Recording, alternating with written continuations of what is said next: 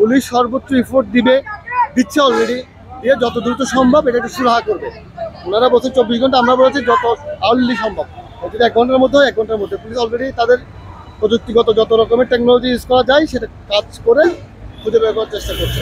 এটা আপনাদের ব্যারিকেডের জন্য না, আমাদের দায়িত্বের মধ্যেই পড়ে তাকে খুঁজে বের করাটা।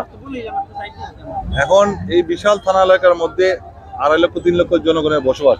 আমরা তো আমাদের দৃষ্টিকোণ থেকে জনগণ নিরাপদে থাকুক, নিশ্চিন্ত থাকুক, সেটা আমরা নিশ্চিত করার জন্য কাজ করে যাচ্ছি। আমাদের সীমাবদ্ধতা আছে, আমরা আমাদের সর্বোচ্চটা দিয়ে আপনাদের সকলের সহযোগিতা নিয়ে আমরা যত দ্রুত সম্ভব আমাদের দায়িত্বের খাতিরে হোক আমাদেরকে তাকে খুঁজে বের করা আমাদের কর্তব্য। আমরা চেষ্টা করবো যাতে অ্যাজ আর্লি অ্যাজ পসিবল দ্রুততম সময়ের মধ্যে তাকে খুঁজে বের করার চেষ্টা করবো। আমরা অনেকগুলো বিষয় নিয়ে কাজ করতেছি, সবগুলো অ্যাঙ্গেল শেষ না হলে কোনো মন্তব্য করা যাবে না। আমরা ট্রাই করতেছি তাকে ট্রেস করা যায় কিনা, আমরা যদি কোনো সন্ধান পাই আমরা আপনাদের জানিয়ে দিব। অনেক রুগী এখানে আটকা আছে, অনেক জরুরি। আপনারা প্লিজ আপনারা সহযোগিতার মাধ্যমে রাস্তাটা যেন ক্লিয়ার হয়। আর ওনারা তো আশ্বাস করেছে, আমরা এখান থেকে 5 জন নিয়ে ওনাদের সাথে বসবো, আমাদের ইউনো স্যার এবং ওসি সাহেবের সাথে বসে, যেরকম হয় এর আগে আরো কয়েকটা ঘটনা ঘটেছে।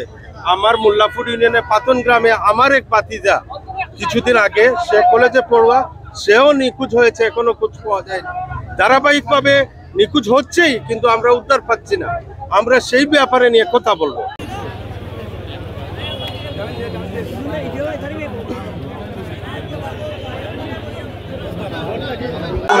আমরা সারকলে আমরা ওসি স্যারে কইছন যে 24 ঘন্টার ভিতরে আমরা ভাই আমরা কিন্তু দেখাইবো ইনশাআল্লাহ। কিন্তু না আরেকটা কথা আছে, 24 ঘন্টা আবার হইলে কিন্তু আমরা আবার আন্দোলন করব।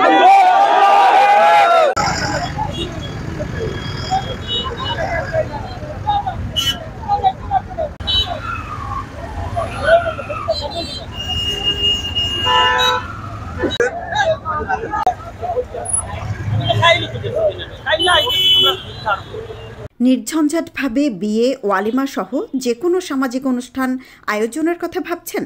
বিয়ানীবাজারে দেশ ও প্রবাসীদের সে নিশ্চয়তা দিচ্ছেন বাবুর্চি আনোয়ার হোসেন। কমিউনিটি সেন্টার ভাড়াসহ উন্নতমানের প্রতি প্লেট খাবার সরবরাহ, বাবুর্চি, সার্ভিসম্যান সবই করা হবে গ্রাহকের চাহিদা অনুসারে।